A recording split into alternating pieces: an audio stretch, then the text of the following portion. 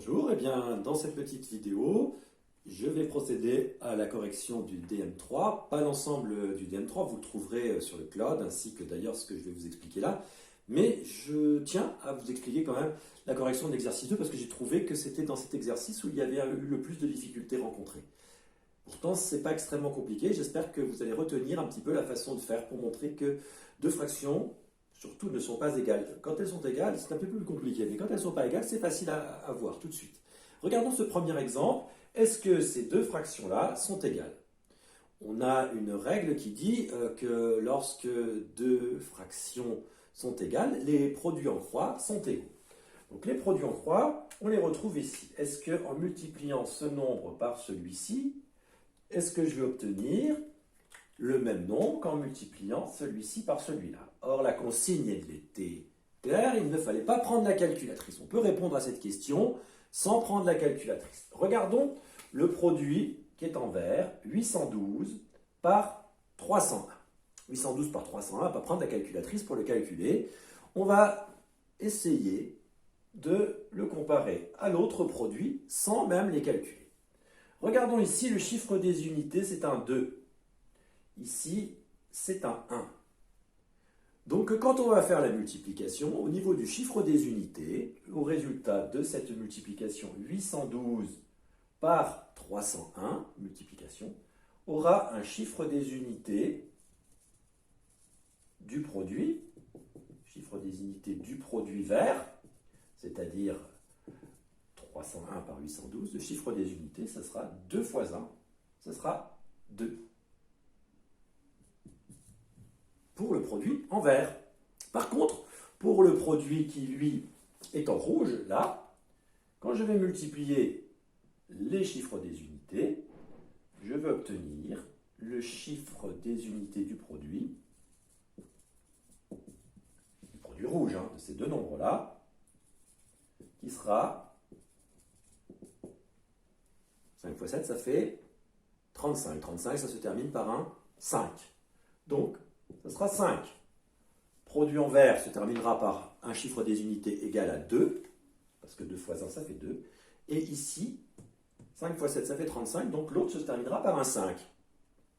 Un nombre qui se termine par 2 et un nombre qui se termine par 5 ne sont pas des nombres égaux. Donc, on en déduit qu'on a répondu à cette question. Ce n'est pas égal, mais c'est différent. Voilà la raison pour laquelle ces deux fractions sont différentes sans même avoir besoin de les calculer.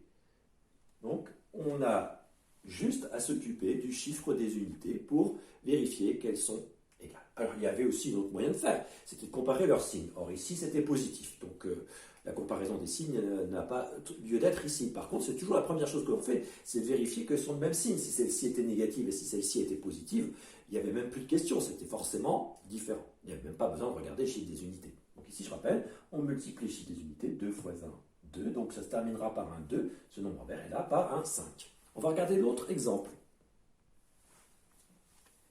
Alors, dans cet exemple, on aurait envie de faire le même procédé que dans le précédent.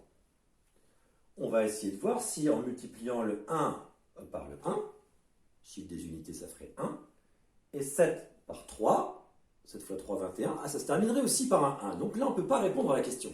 C'est peut-être pas la bonne solution. Il y a peut-être une autre chose à voir. On va observer attentivement la fraction qui est en bleu. On regarde bien cette fraction qui est en bleu et on va la comparer avec la fraction qui est en vert. C'est peut-être pas par le produit en croix qu'il faut procéder. On a peut-être un moyen plus simple. Observons bien, ici vous avez un nombre 5000 et là seulement 4000. Donc vous avez un grand nombre en haut, ici vous avez un grand, et là vous avez un petit, un grand, plus grand en haut et plus petit en bas. Donc cette fraction 5481, qui est une fraction positive, quand c'est comme ça, quand le numérateur, celui du haut, est plus grand que celui du bas, la division dépasse 1. Forcément. Donc ça, c'est un nombre plus grand que 1, celui qui est en bleu. Donc plus grand que 1, c'est intéressant parce qu'on va regarder maintenant le nombre vert. Lui, on a plutôt ici un petit nombre par rapport à celui-ci qui est un peu plus grand. Ils ne sont pas très différents, mais légèrement plus grands.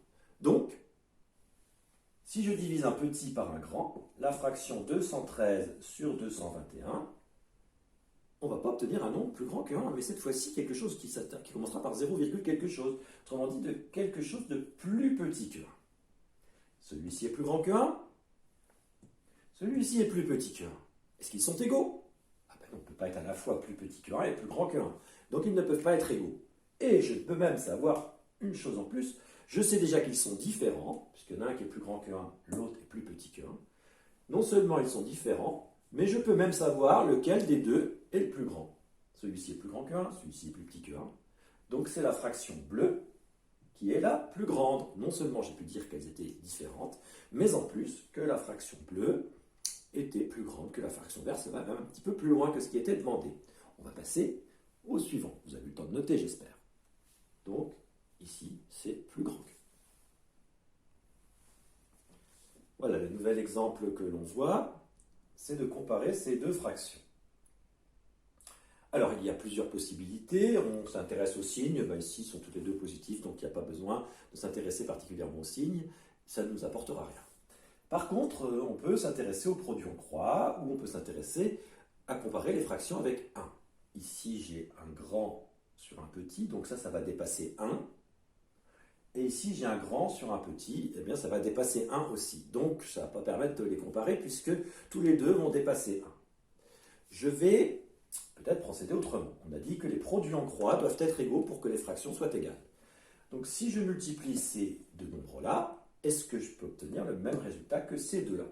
Donc, on va essayer de faire déjà les deux bleus. Mais, on a dit que la consigne, c'était de ne pas utiliser la calculatrice pour faire la comparaison. Donc, on va s'intéresser au chiffre le plus à droite. Ici, le chiffre des centièmes, ici, le chiffre des dixièmes. Je multiplie 8 fois 1. Le nombre se terminera par un 8. Donc, le chiffre le plus à droite, ce sera un 8, puisque 8 fois 1, ça fait 8. Donc, dans ce produit bleu, le chiffre qui se trouvera le plus à droite, ce sera le chiffre des millièmes, on verra ça tout à l'heure, il sera égal à 8. Et regardons celui-ci. Dans cette multiplication, je vais faire le chiffre des dixièmes, 7 par 4. 7 fois 4, 28. Donc, le chiffre des dixièmes, multiplié par le chiffre des dixièmes, ça fera le chiffre des centièmes, sera un 8. Alors, si vous avez bien suivi ce que j'ai dit, on a dit 2 fois 8, j'ai dit 8 fois 1, ça fait 8. Et j'ai dit 4 fois 7, ça fait 28, donc se termine par un 8. Sauf que j'ai précisé quelque chose de plus, si vous avez bien fait attention. J'ai dit que là, c'est 8 centièmes multiplié par 1 dixième, ça va faire 8 millièmes. Tandis qu'ici, 7 fois 4, 28, ça fera 8 centièmes. 8 centièmes, ce n'est pas 8 millièmes, ce n'est pas la même chose. Alors, comment fait-on concrètement? On fait encore plus simple que ça. On ne fait même pas la multiplication. Ici, je constate qu'il y a deux chiffres après la virgule. Quand je multiplie un nombre avec deux chiffres après la virgule, avec un nombre avec un chiffre après la virgule, au total, il y aura 2 plus 1, 3 chiffres après la virgule dans cette multiplication. 312,18 multiplié par 253,1 aura 3 chiffres après la virgule. Par contre, le nombre qui est en vert, lui, celui-ci, cette multiplication, 105,7 multiplié par 514,4, un chiffre après la virgule ici, un chiffre après la virgule ici. Conclusion, 1 plus 1, ça fera 2 chiffres après la virgule.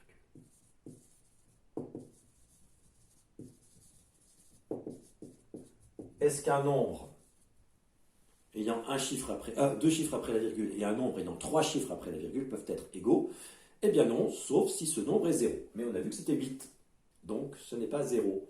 Donc si c'était 0 le troisième chiffre, eh bien on n'en aurait plus que 2, évidemment. Mais ce n'est pas 0, donc c'est un 8. Là, on a dit que pour celui-ci, ce sera 8. 2 chiffres après la virgule, ce sera le chiffre des centièmes, le 8. Tandis que celui-ci, 3 chiffres après la virgule, le 8 sera le chiffre des millièmes. Conclusion, eh bien, ils ne sont pas égaux, puisque les produits en croix ne sont pas égaux, ils n'ont pas le même nombre de chiffres après la virgule. Voilà encore une façon de comparer deux fractions sans avoir recours à la calculatrice, juste un petit peu de bon sens. Et l'objectif de comparer les fractions, c'est pas être un super génie en calcul, c'est juste de utiliser des petites techniques simples comme ça, de comparaison des nombres, comparer des fractions, c'est peut-être les comparer à 1, c'est peut-être comparer leurs signes, ça peut être comparer leur nombre de chiffres après la virgule, ça peut être comparer leur chiffre des unités ou leur chiffre des dixièmes si le cas était éché. Bon, voilà, j'espère que vous avez compris cette nouvelle technique. Et puis, on va en rester là pour la correction de ce DM. Tout le reste de la correction du DM se trouve dans le cloud de votre classe et vous pourrez le regarder. Si jamais il y avait encore des questions par rapport à la correction, peut-être par rapport au ratio, eh bien, ce serait peut-être l'occasion de me le dire via École Directe et je peux peut-être faire une petite vidéo pour expliquer l'histoire des ratios si vous n'aviez pas très bien compris. Je rappelle que cette correction de DM, eh bien, ça sert à préparer votre future évaluation, votre futur DS. Donc, dans un DS, il y aura évidemment à comparer les fractions. Et évidemment, on vous demandera de faire les méthodes les plus simples, pas obligé d'utiliser une calculatrice. Allez, à bientôt!